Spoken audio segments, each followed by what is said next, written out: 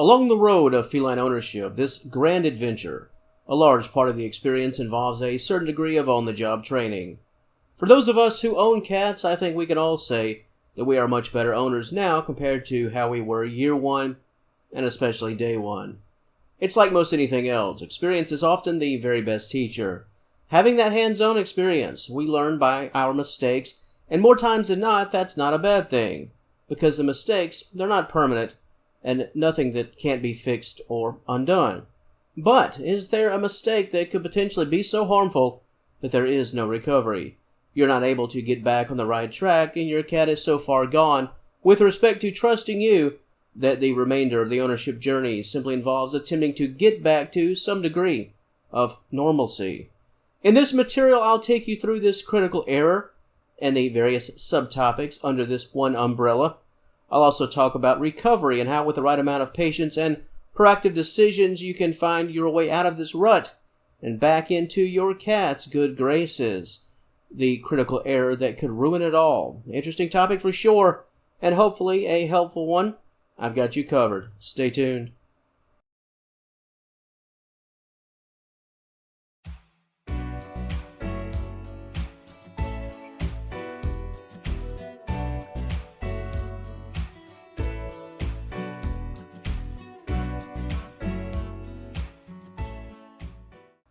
Without any delay, the mistake or error that I want to talk about today involves enrichment.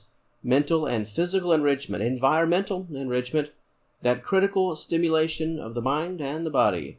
Without meeting these needs, critical needs for your cat, your pet could become a spectator in the game of life and all but refuse to have any form of positive relationship with you. That much needed and much desired bond of trust, seemingly gone before it ever begins. At the very root of this mistake often involves this notion that a house cat should always follow house rules. In short, turning a cat into a person, or attempting to do so, turning a cat into a child. The cat becomes a member of the family, the human family.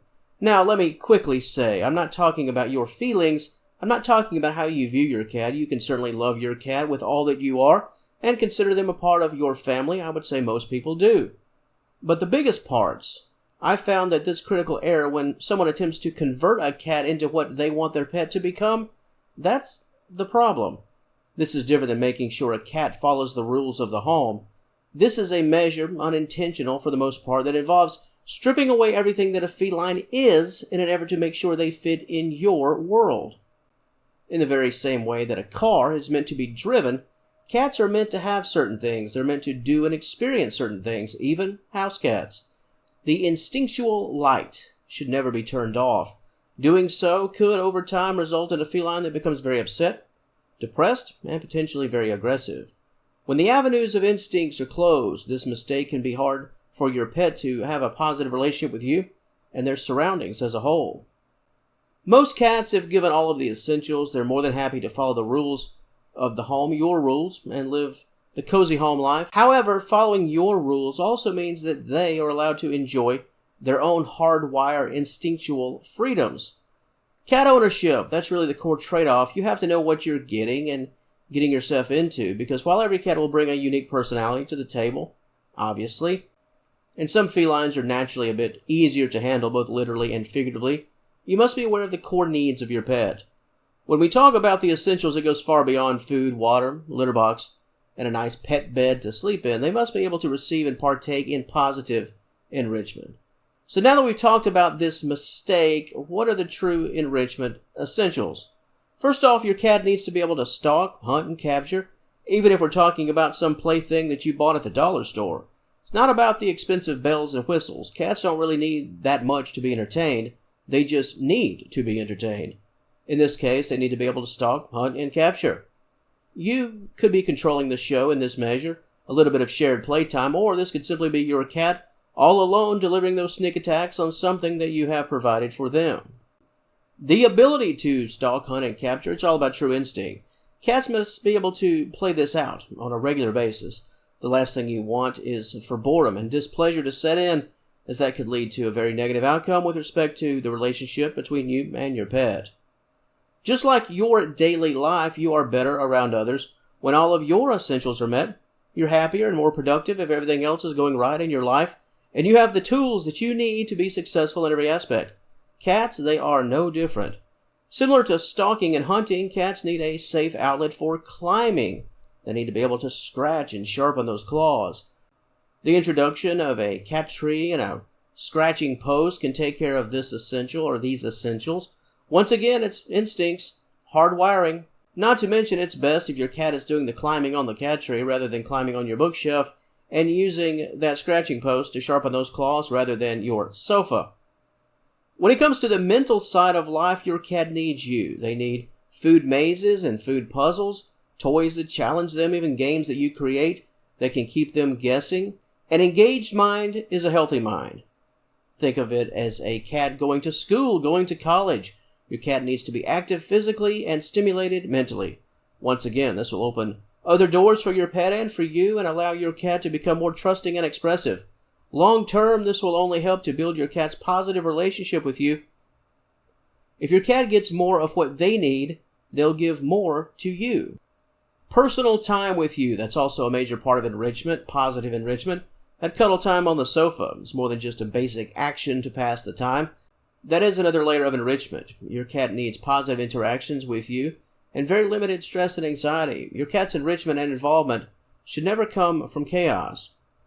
Now, while there are some things that you'll never be able to control, things that can put your cat in a negative mood, a tense and anxious mood, the daily routine and the norm should always be one of positivity.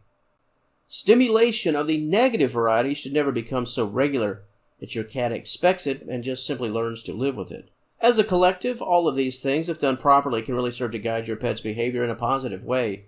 They'll become more comfortable and open to you and with you if they have that daily dose of positive mental, physical, and emotional stimulation.